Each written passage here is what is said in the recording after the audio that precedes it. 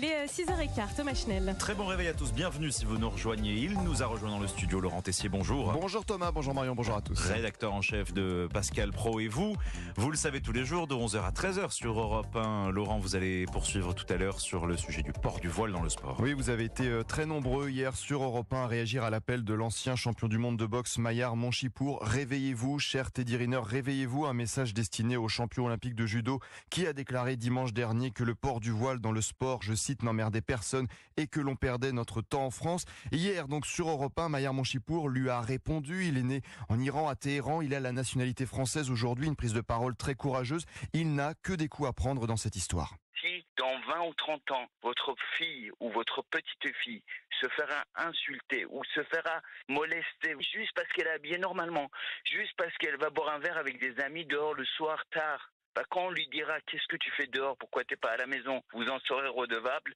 et vous en serez fautif. Et je pense que beaucoup de nos compatriotes ne se rendent pas compte. Le voile n'est pas, comme on vous le fait croire, un tissu couvrant les cheveux, mais un linceul à même de camoufler le corps des femmes. C'est l'avertissement du sportif Mayar Monchipour. Avertissement aussi du ministre de l'Intérieur Bruno Retailleau hier matin sur CNews et Europe 1. L'islamisme, notamment les frères musulmans, sont en train de s'infiltrer partout où ils le peuvent. Donc le sport, l'école, la politique. Par la politique, vous verrez, les frères musulmans veulent demain imposer la charia à toute notre société. Dans le long terme. Et pour que tout le monde comprenne, il n'y a pas que Mayar Monchipour qui alerte, d'autres ont le courage aussi de s'exprimer, risquent leur vie pour nous faire comprendre ce qui pourrait nous attendre si on cédait sur le port du voile dans le sport. Marzia Hamidi est championne afghane de taekwondo. Elle est réfugiée en France depuis plus de 3 ans. Elle a fui le régime des talibans le 24 octobre dernier. Elle était auditionnée au Sénat, elle ne veut pas se taire. Par le passé, on le voit dans l'histoire, c'est toujours les femmes qui ont été victimes. Dès qu'il se passe quelque chose dans ce monde, c'est toujours la femme la première victime. Donc il faut les soutenir. Et à ceux qui pensent que ce qu'il se passe en Afghanistan est bien loin de nous, que cela ne peut pas nous atteindre, écoutez ce qu'elle disait en octobre dernier. Dans mes cours de français, quand je suis arrivée en France il y a 3 ans, j'ai dû affronter 2 jeunes garçons qui étaient fans des talibans et qui étaient en contact avec eux. Et je n'ai même pas pu poursuivre ces cours parce que je ne me sentais pas en sécurité. Ils ne s'habillent pas de la même façon, mais ils ont l'idéologie des talibans, donc ce sont des talibans. Et aujourd'hui, la championne afghane est en danger, risque sa vie pour avoir pris la parole. Son numéro de portable a été diffusé. Je suis aujourd'hui en danger et tous les jours, j'ai peur qu'ils me tuent. J'ai eu à un moment donné 8000 appels dans mon WhatsApp. Un soir, j'ai reçu plus de 500 appels et messages non-stop. Je vis finalement de la même façon que quand j'étais en Afghanistan. Je dois toujours me préparer à être attaquée par quelqu'un, à être agressée. Marzia Hamidi faisait un constat terrible aussi en audition au Sénat.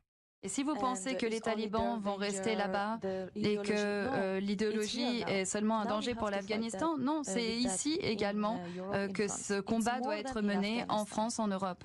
Nous sommes tous en danger. Des mots très forts, un courage hors norme, plus courageux, pardonnez-moi, que d'aller dans un autre sens et de soutenir le port du voile dans le sport. Marzia Hamidi avait pris la parole aussi avec nos confrères du Figaro le 12 septembre dernier. Elle déplorait le manque de soutien des féministes en France.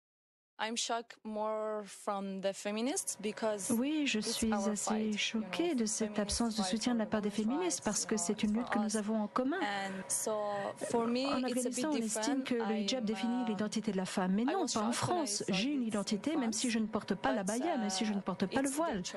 Donc je suis choquée par ces femmes en France qui décident de porter le voile. Laissez-nous exister, c'est le message de Marzia Hamidi, championne afghane. Réveillez-vous, c'est le message de Mayar Monchipour, né en Iran. Écoutons ceux qui savent de quoi ils parlent. Mayar Monchipour sera justement l'invité de Pascal Pro sur CNews et Europe 1 à partir de 9h dans l'heure des pros. Ne manquez pas cette nouvelle prise de parole. Et ne manquez pas non plus Pascal Pro et vous à partir de 11h sur Europe 1. Merci Laurent Tessier. Très heureux d'accueillir sur ce plateau Mayar Monchipour, ancien champion du monde de boxe. Merci d'être avec nous. Bonjour, merci. Vous étiez hier au téléphone avec nous sur Europe 1. Je trouve que vous êtes très courageux parce que prendre la parole sur ces sujets-là qui sont délicats, il y a beaucoup de coups à prendre pour le sportif que vous êtes parce que c'est toujours difficile de jouer les Cassandres. C'est plus facile de dire tout va bien, ne vous inquiétez pas, on peut tous, le monde est merveilleux, le sport nous permettra d'être libre, d'être ensemble, d'être pourquoi pas émancipé. Et votre prise de parole, je la trouve particulièrement forte. D'autant que Teddy Riner, qui est un champion adoré des Français, a pris une position différente. vous êtes né en Iran. Vous êtes né à Téhéran en 1975. Vous avez quitté le régime des Mollahs lorsque vous aviez 11 ans, je crois. Vous êtes de nationalité française. Pourquoi avez-vous eu envie de prendre la parole? Bonjour Pascal, bonjour à tous. Parce que j'ai peur, parce que je connais l'objectif recherché, le but derrière tout ça, parce que je connais l'objet en question. Quand on parle, je l'ai dit dans mon post Facebook, quand on parle de chimie et qu'on n'est pas chimiste, c'est bien de se renseigner auprès d'un chimiste. Du sport auprès d'un sportif ou d'un entraîneur. Du fait religieux auprès de quelqu'un qui est de culture ou donc qui a fait des études de cette théologie. Je rappelle, le voile islamique, qu'on dit souvent un étendard, n'est pas un bout de tissu sur la tête des jeunes filles pubères. Je les ai ici, ça a été commandé par Dieu dans le livre sacré de l'islam, le Coran, à 3 endroits, dans la sourate des coalisés et dans la sourate des femmes, où ils disent aux femmes, il y a toujours des recommandations, c'est génial, hein, il y a toujours des recommandations que pour les femmes, qu'à partir de l'apparition de tes menstruations, de tes menstrues, c'est-à-dire à partir de 9, 10, 11 ans, tu vas te cacher, une femme vertueuse se cache devant tous ceux qui ne sont pas son père, son grand-père, son frère ou son fils. Se cache. Pourquoi? C'est ça qu'il faut savoir. Parce qu'elle est objet de perversion. Parce qu'elle peut pervertir les hommes. C'est foncièrement misogyne et ça n'aime personne. J'ai beaucoup réfléchi depuis hier soir, je savais que je pouvais, vous me donnez la parole pour beaucoup de gens, pour bien en profiter. Je dis à celles qui veulent de leur propre chef, parce qu'on les a, selon moi, conditionnés, porter le hijab. Alors dans ce cas-là, le livre, cette religion, ce n'est pas une cafétéria où il y a un apéro, une entrée, poisson, ainsi de suite. Tu ne prends pas l'apéro et puis je saute, je vais au poisson et je prends juste le dessert. Tu vas de A à Z. Donc dans ce cas-là, allons-y, laissez-moi 1 minute pour énumérer les absurdités qu'il y a dans cette idéologie religieuse et dans ce livre. Donc dans ce cas-là, allons-y, pour l'héritage, mesdames, vous allez hériter désormais de la moitié de votre frère. Et pour comprendre votre exception culturelle en fait, le législateur français, il n'a qu'à légiférer. À partir de l'année prochaine, pas de souci, hijab, même à l'école, why not? Même à l'école, la loi de 2004, on le met de côté, les musulmanes à l'école, en hijab. Mais dans ce cas-là, quand vos parents disparaissent, vous héritez de la moitié de votre frère.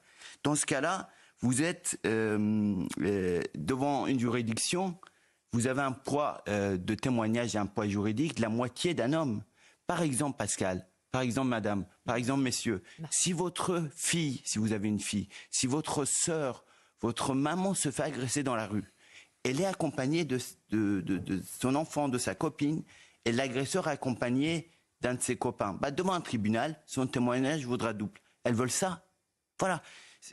Vraiment, je voulais résumer une chose. Le voile, au-delà, évidemment, le voile islamique en Europe, c'est l'étendard des frères musulmans, évidemment. Parce qu'ils veulent commencer par le cocktail, mais ils veulent aller jusqu'au dessert. Et le dessert, c'est quoi?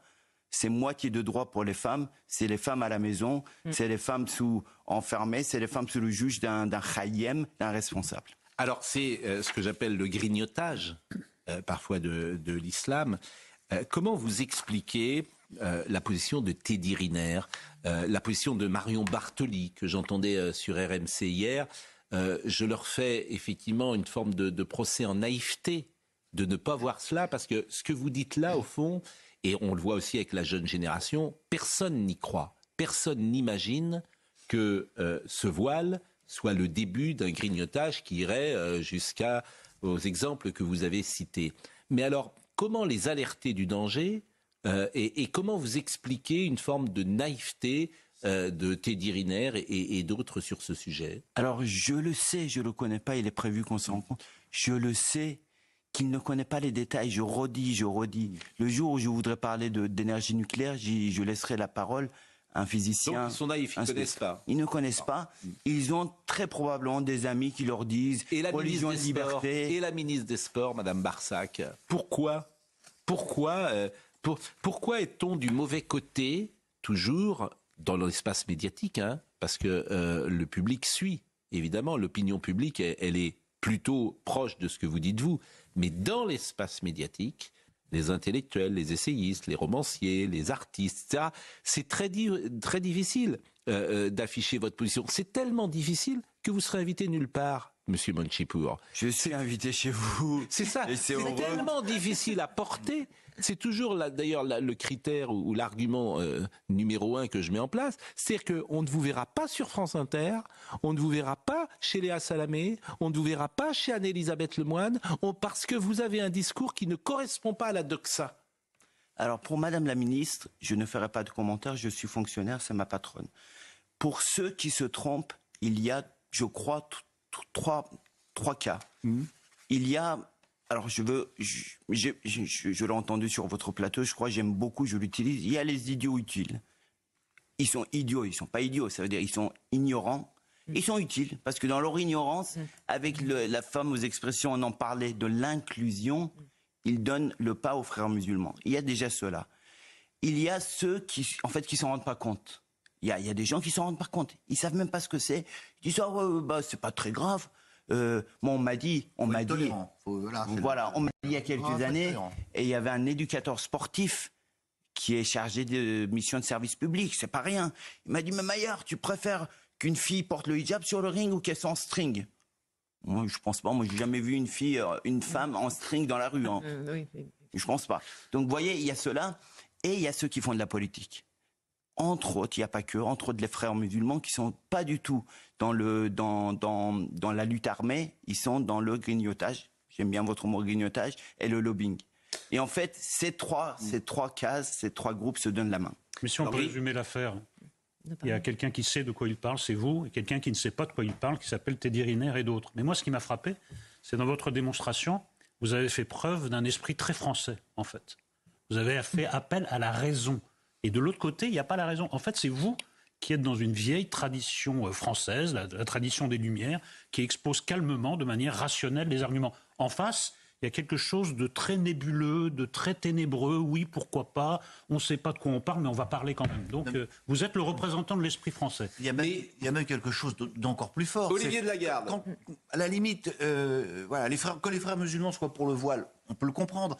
Mais que des femmes féministes françaises se disent, il faut laisser les femmes porter le voile, et qu'en même temps, elles luttent contre le patriarcat, là, les bras m'en tombent. Parce qu'elles ne savent pas. Elles ne savent pas ce qu'est le voile. Alors, elles ne savent pas. Et puis, il y a effectivement l'espace médiatique qui conditionne, parce que si tu prends une position contraire, c'est le cas de Madame Marie Barsac, tu es en difficulté dans l'espace médiatique et tu seras mal jugé dans le journal L'Équipe, dans la prise de parole des journalistes, etc. Ça compte.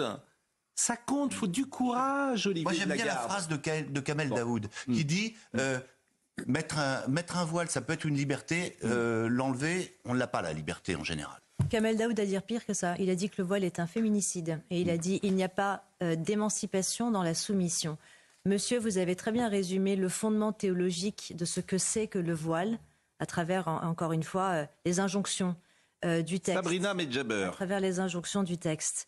Mais là où, en fait, nous ne nous rendons pas compte, c'est de la subtilité et de la ruse sémantique qu'utilisent les frères musulmans pour faire avancer leur agenda. Il y a 3 leviers. Le discours laïco-républicaniste dans les arcanes du pouvoir. Le discours écolo, diversitaire, inclusif pour les ONG, l'école, les médias, l'université. Et le discours révolutionnaire pour les syndicats et la France insoumise. Et quand, justement, ils captent ces 3 sphères-là, eh bien, ils avancent, et ça donne des féministes qui, soi-disant, se battent contre le patriarcat et défendent le voile comme une mini-jupe ou le considèrent comme un rouge à lèvres. Voilà. Alors, d'abord, il y a beaucoup de gens qui connaissent votre nom, bien sûr, Maillard Monchipour, mais vous avez quand même arrêté à la compétition il y a quelques années. Et moi, je vous l'ai dit hier, et je vous le redis là, ce qui est étonnant, c'est que vous êtes un sportif de haut niveau, mais vous parlez comme un intellectuel.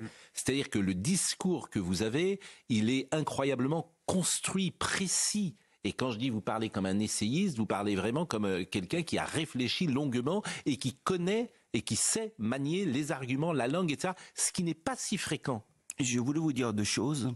Je vous l'ai dit, en fait, c'est vraiment propre aux Iraniens que je critique énormément. Moi, 95% de ma culture, elle est française. J'aime ce pays du fond de mon cœur. Ce que vous disiez, c'est un compliment que vous me dites. Si vous me dites que j'ai l'esprit français, j'ai gagné. Ouais. J'ai gagné mon intégration dans ce pays. Je suis pas né là. Très vite, j'ai quitté un pays en guerre, 86. Je suis arrivé à Poitiers, en logement HLM. Mon père n'était pas riche, mais j'avais un chauffeur qui m'amenait, il était sous-préfet de police, à l'école. Là, j'étais l'immigré dans un HLM. Mais je m'en rappelle, je suis arrivé un vendredi, le samedi ou le dimanche, je regardais par la fenêtre, il y avait des oiseaux, c'était vert, c'était génial. Je suis allé à l'école, filles et garçons mélangés, on était à un endroit pour apprendre. L'école gratuite, si vous n'avez pas, moi, ma tante a élevé ses 2 enfants sans père qui a aidé, elle travaille presque pas, son fils qui est parisien, il est docteur en sciences biologie. L'État l'a accompagné pour faire...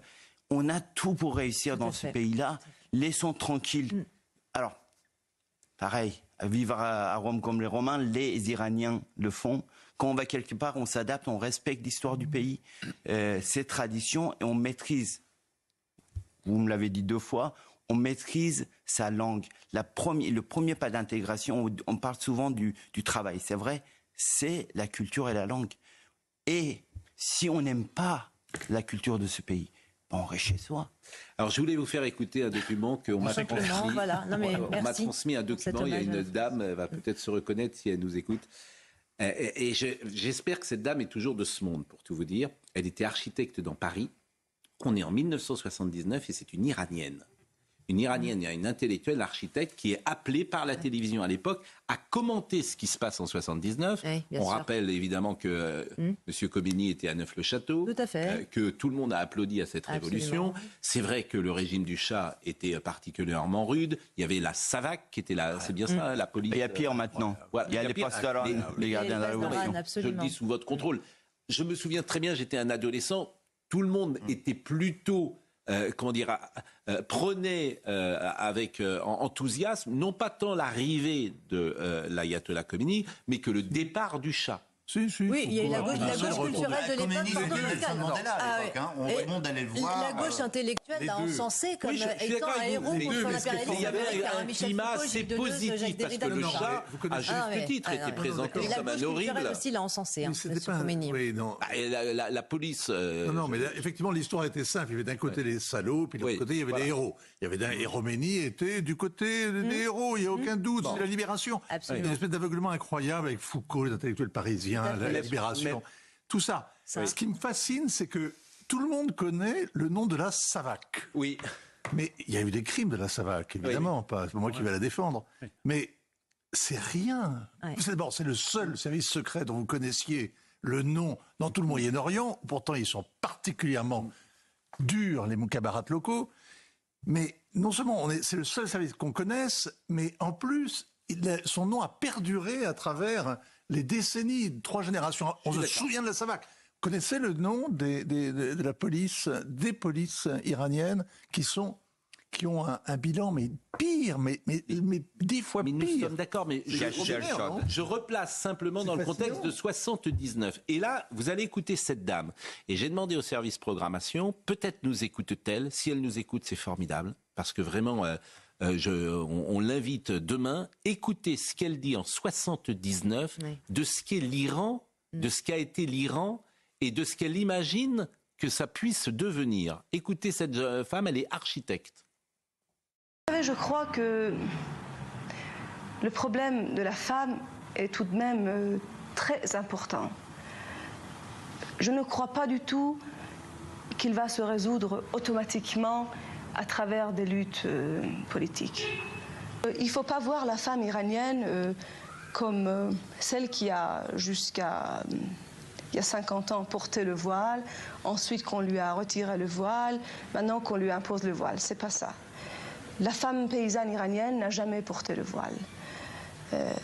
La question de non-mixité ne s'est jamais posée dans la campagne iranienne. La femme qui travaille dans l'usine a toujours travaillé à côté de l'homme. La femme iranienne dans la famille, je suis sûre qu'on vous l'a déjà dit, elle a un rôle très important. Elle est toujours dans l'espace de la maison avec les hommes. qu'il soit le mari ou le fils ou le cousin ou les gens qui viennent à la maison, elle a l'habitude de vivre avec le sexe masculin. Donc... Et si votre argent ne dormait jamais et pouvait vous faire gagner des intérêts annuels versés tous les jours sur votre compte? Et vous pouvez le retirer à tout moment. Donc, je crois qu'elle va mener sa vie. Je crois qu'il est faux de penser qu'une révolution peut faire table rase. Dans aucun pays, ce n'est vrai. Ce n'est pas vrai. Donc on est en 79 et ça s'appelle être une femme en Iran. Vous voyez, on se projette. Eh bien, hélas, comment dire, ce qu'elle dit n'est pas avéré. La population iranienne, elle est vraiment bipolaire. Il y a vraiment deux pôles. Il y a ceux qui utilisent ou qui croient ou qui l'utilisent comme outil la religion, et il y a beaucoup de gens libres. Je vous donne un exemple.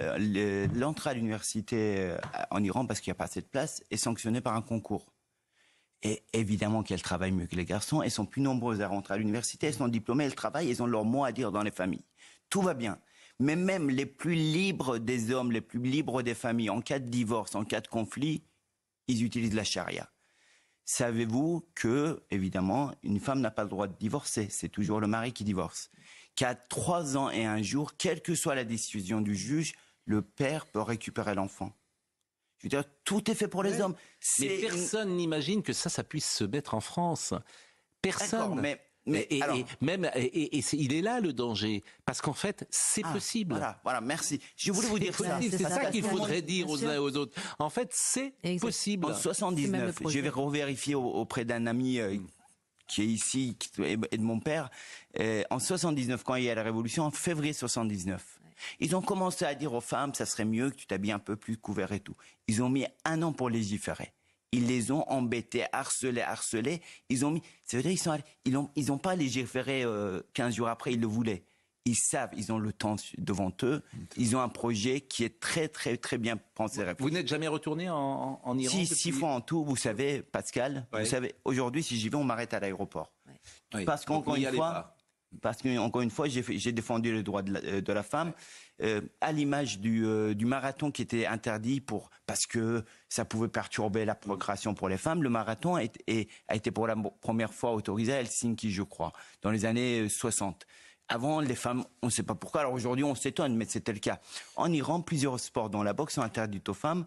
Il y a exactement le 13 avril 2019, j'ai organisé le combat de la première iranienne, Salah Fradem, à Royan. Ouais. Donc moi, j'ai eu un mandat d'arrêt. Ça veut dire juste parce que j'ai autorisé une femme à vivre son rêve parce qu'elle était en maillot débardeur, on m'a arrêté à l'aéroport. Parce que, laissez-moi dire cette phrase, ça je sais que vous le savez au plus profond, dans cette religion, dans cette idéologie, dans cette culture, le corps de la femme est un enjeu politique, de pouvoir. J'aimerais que votre voix soit entendue. Encore faut-il qu'on vous invite, pour tout vous dire. J'aimerais qu'il y ait un débat, pourquoi pas avec Teddy Riner. Teddy Riner qui vous a répondu d'ailleurs hier, donc dans une sorte de message d'apaisement sur Twitter. Il a dit: je souhaite rappeler que le sport doit rester un espace où chacun peut s'exprimer, s'épanouir et se rassembler dans le respect des règles et de l'éthique sportive.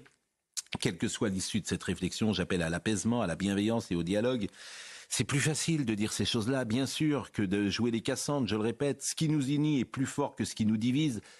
Ouais. J'entends toutes ces formules-là, mais gardons en tête que le sport est un langage universel. Oui, bien sûr, un vecteur de cohésion et un pont entre les individus. En fait... on dirait l'intelligence artificielle. Oui, moi je suis très inquiet de ça. J'invite donc chacun à entendre mes propos dans cet esprit et à ne pas les instrumentaliser à des fins partisanes. Alors on est effectivement...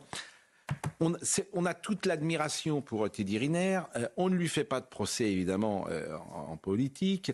On y voit juste une naïveté. Et on est inquiet quand même de ce climat. Et je suis d'autant plus inquiet que vous êtes peu entendu. C'est le Figaro qui vous a interrogé. J'aimerais que vous soyez à la une de l'Équipe, pour tout vous dire. Et je ne suis pas sûr que vous y soyez, parce que ce n'est pas le discours là encore dominant. Parce que le journalisme, évidemment, c'est de mettre en avant ou pas certaines prises de parole. Vous pourriez être à la une de l'Équipe. Ça serait formidable. Eh bien, je pense que vous n'y serez pas.